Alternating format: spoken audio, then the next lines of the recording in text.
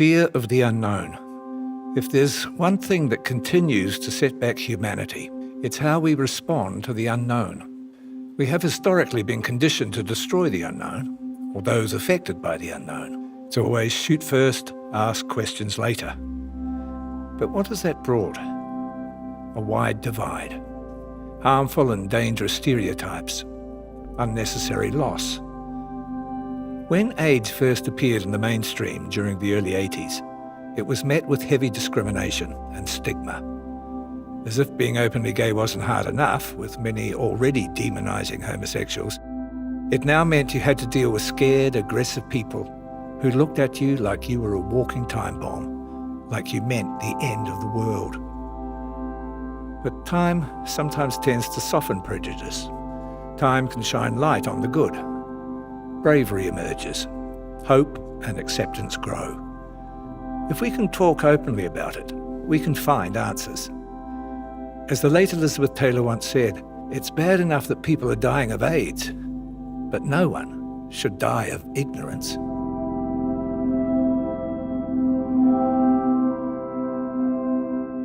Would you hook up with or date a positive man? Yes, I would totally date someone that is HIV positive because we have PrEP now, we have condoms, we have like all the things. So yeah. I guess you fall in love with someone or you go out with someone because you like them, you know, rather than... You can't help who you fall in love with. Even back in the day, I would much rather sleep with an HIV positive person that knows their status and is on effective treatment than somebody that was last tested in 2015, you know? Would you ask someone you met at a first time whether they were positive? I've never asked anyone who was HIV positive. For me, it's not a problem at all. And like, I'm on PrEP, so people are more open about it as well. They'll probably tell you if anything's going to come up. What is your experience with HIV? Any close friends who are positive? Yes. Yes? Yeah, quite a few close friends that are positive. I'm having a kind of a full-on career of dance in the 80s. A lot of my friends became positive. A lot of my mentors are positive. Yeah. And actually a lot of them are still alive. I have a family member who's HIV, who's actually straight. How did your family take that? We're a very supportive family anyway. I think he just had one bad relationship. Yeah. That's all it took. Yeah. But no, we're a very supportive family. That's cool. So he's got all the love and all the care. Right back at you, any close friends who are positive? Last year I had one of my best friends very close to me. We went to the clinic together and he got diagnosed with HIV. And he was broken, and I knew lots of people that had HIV and the normal life that you can live. So I, consoling him and took him back to his house and we hung out for a little bit. He thought his life was over pretty much. How old is he? At the time he was 19. And then he asked me to go get some stuff from the supermarket. I was away maybe half an hour. I came back and he's hung himself in the closet. So that was really hard. Yeah. You have zero control over how other people react, and I think that's what most people are most afraid of. It stops people from going and getting tested. It stops people from carrying on with their life post-diagnosis. It's the stigma that kills, not anything else. Yeah. My question is for Dan. In October 2016, Grindr introduced a new filter on the app. Mm-hmm.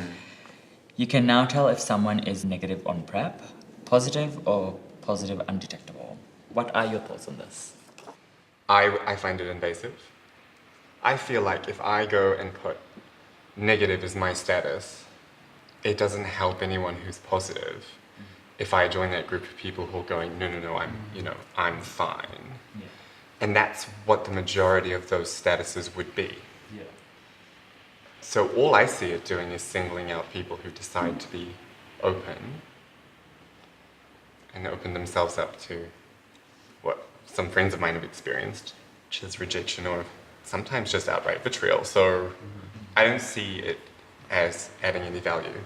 If I was somebody that was, fresh out on the scene and I was using an app like that, it's quite dangerous to take something that's just written in their profile at face value. And who actually updates their last tested, and that kind of stuff. And it's so easy to just click negative. It's not like you don't have to actually get tested to be able to put it on there. It'd certainly be easier than having I'm HIV positive on a profile. Yeah.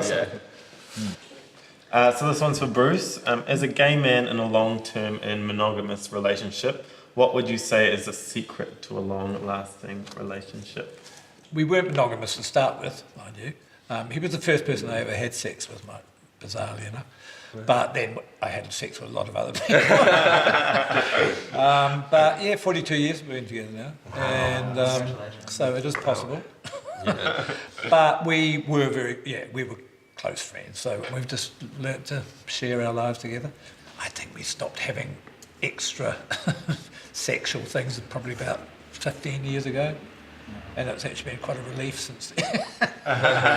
Sort of quite nice. It's a nice sort of life now because we don't have to worry about it. Yeah. Think about it. But I'm still attracted to people, but I don't have sex with them. Yeah.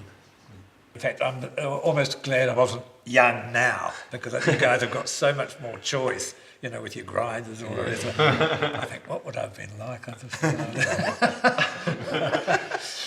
So a question for you, my dear. So have you experienced any HIV scares or sort of? I've only really had one, and it's actually I still don't know my status. So I met someone on an app, and he just didn't ask for permission to wear like a condom, so he didn't, and I froze. I didn't know that he was going to go in raw, and I didn't know what to do. It's kind of like they just like expect that they can. So it was, I am still nervous, and it's like the anxious feeling of afterwards that you're like, what's going to happen? And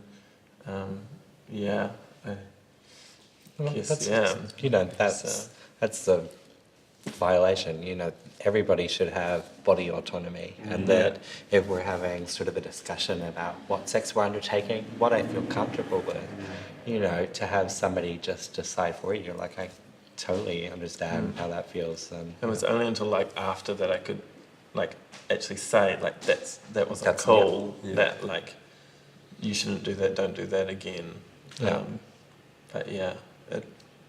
I just wish I could have like voiced sooner. You haven't seen that person? Oh God, no! I don't want to see them again in my life. Does it help having these, conversations like this where that there are people out there that are supportive, even if... Yeah, my opinion on HIV is that it doesn't define a person, just like our sexuality doesn't really define us. So. As a positive man, how do you find the general perception of people towards you?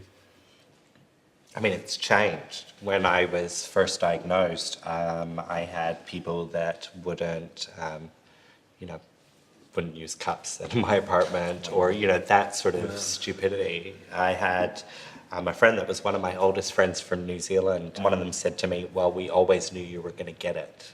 It's weird because I don't know of any other medical condition that people have to deal with this sort of bullshit, this sort of judgment. I've had, people beat me up when I disclosed. I've had, people cut me off. I've had abuse online.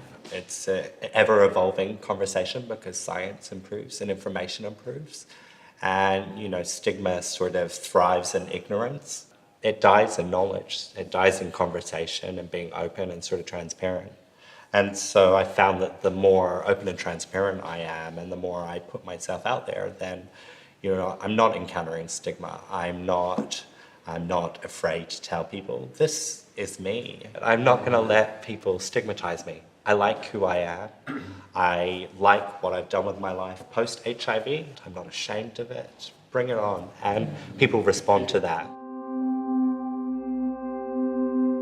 Now there are a plethora of options available to us. And whether you're using all of them or a combination of any of them to protect yourself, if you're informed, then it works.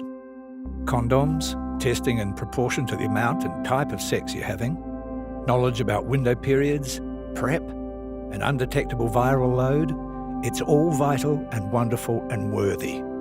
But start with knowledge and communication.